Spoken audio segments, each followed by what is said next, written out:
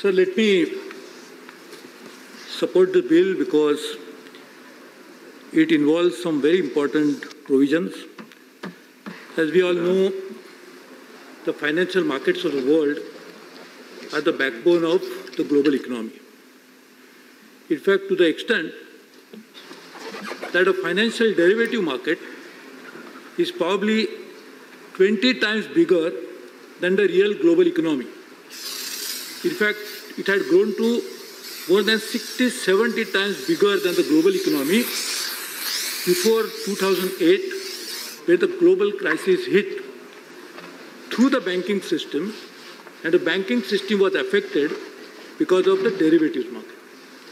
Now, the derivatives have different kinds of financial products. The underlying security for derivatives could vary from stocks to bonds to interest, commodities, any kind of it. It is necessary because it provides liquidity to the financial market system. It releases the investment that has gone into the real assets and also provides the innovation to the financial services market. So while it is necessary that we should promote such financial products, derivatives in particular, at the same time, there is a need to have prudential oversight on it, regulation on it. And if you want a regulation, then you must make a regulation in a way that it will not kill the innovation, but rather promote it.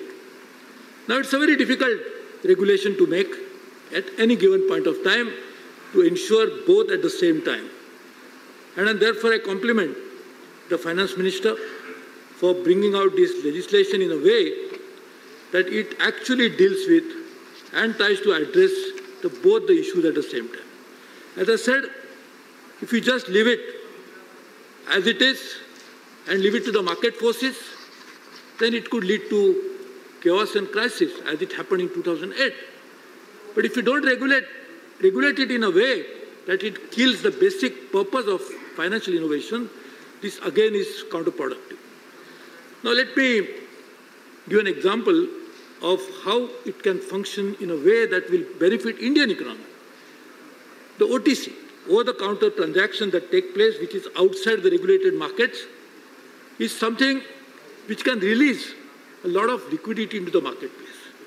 At the same time, when you release the liquidity, and if you do not have a prudential way to regulate it, it can probably sometimes lead to some sort of a crisis again. So now, there are two elements of this bill, and which I really support. One, which tries to ensure, and that is actually the global template now, that G20 also has accepted this, that there should be some margins that should be stipulated when you do OTC trades of this kind. Now, if you make a margin in such a way, that margin will be so high that no transaction will take place ever.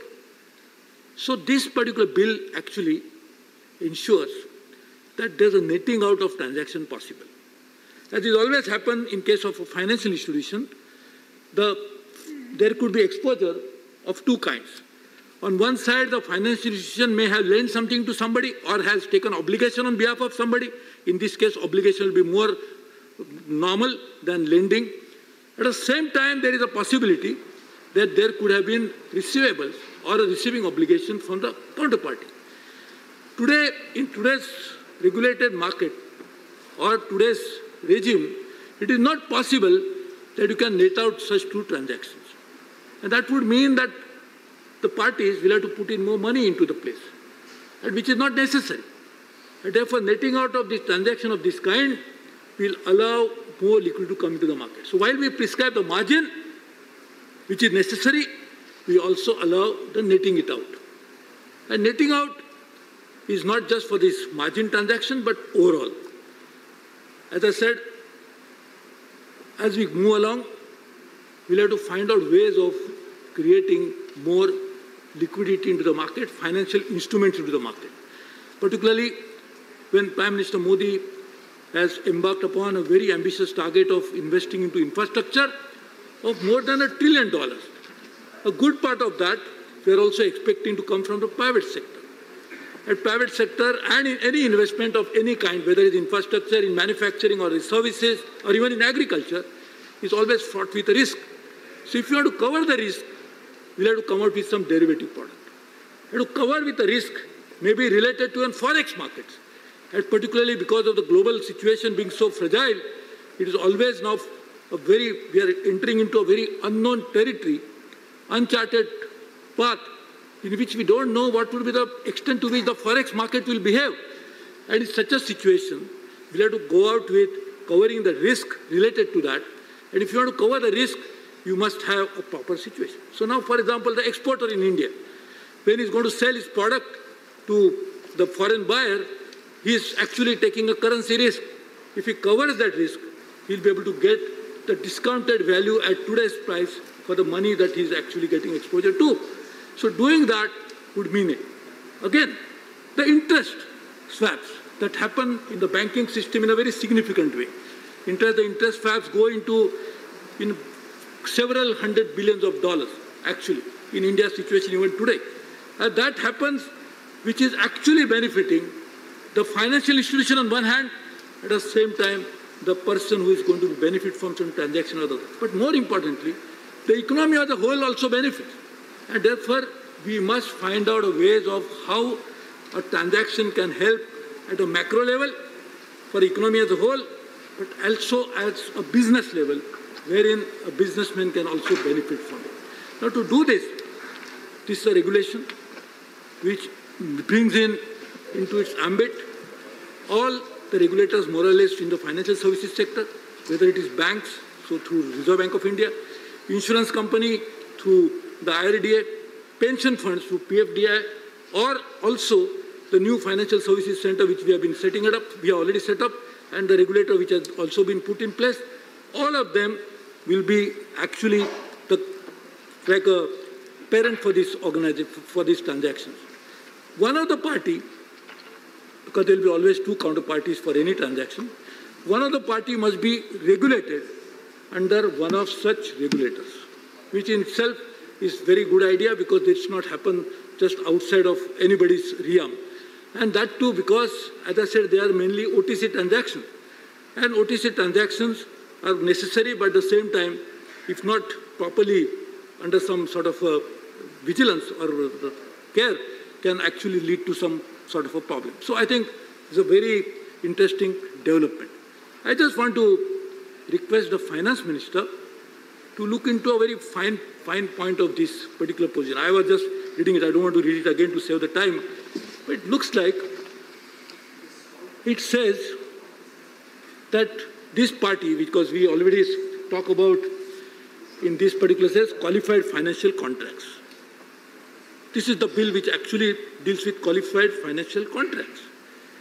It says somewhere that is qualified, which qualified financial contracts will be governed by this will be decided. I don't think the intention of the government would be, or finally the intention of the legislature when we pass the bill finally would be, to go into the micromanagement of the instrument. It will be the kind of transaction that we are talking about. It is not the individual transaction or the individual contract that we are talking about. So I think that should be properly explained. I'm sure Finance Minister, who is really doing a great job in difficult times, would certainly ensure that this particular part of that will be properly taken care of. We also, it is said that it will designate, the regulator will designate which are the qualified parties. I think these are the issues which I think are already, what is meant by the legislation is definitely there, but sometimes the draftsman drafting the bill could probably lead to some sort of a confusion which I think we should be able to avoid. There has been a need, and I would urge the Finance Minister, which he has also mentioned in the budget speech, if I can recall it correctly, that we need to promote a very dynamic, versatile, forward-looking bond market in India.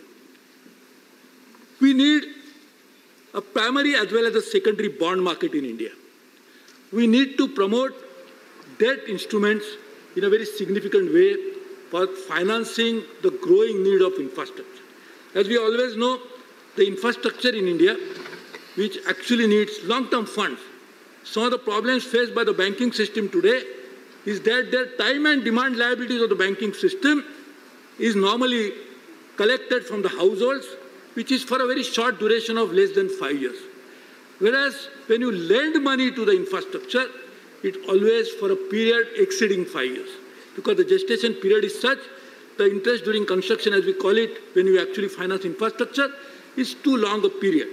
And in such a situation, unless you have long-term instrument to finance infrastructure, and particularly when, as I said, Prime Minister is embarking upon a very ambitious target of $1 trillion, much needed investment in infrastructure, in that case, a dynamic bond market will be necessary. And I feel this is a good step which will actually lead to that over a period of time. But I personally request the Honorable Finance Minister, please try to create a roadmap for a very vibrant, dynamic bond market in India, which will actually, it's a domestic, because there is other element which you had also mentioned in the budget speech about sovereign borrowing globally.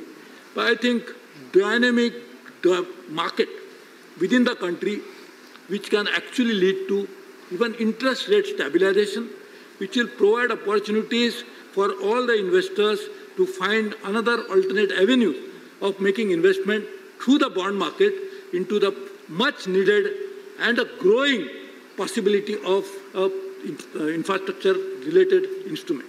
So I think this is what is necessary. But even if you do that, will be required Mr. Prabhu, please make your concluding point. Sure, I'm concluding.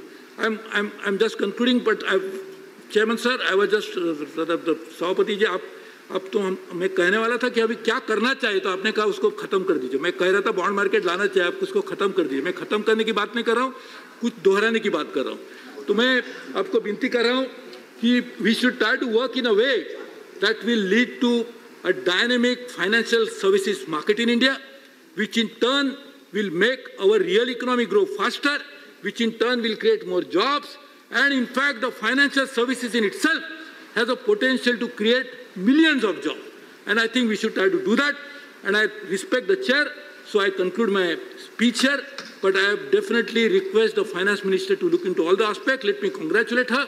Let me congratulate the government for taking such a forward-looking, looks like a very innocuous bill, but it has a potential to make the financial system grow at a much faster pace. Thank you very much.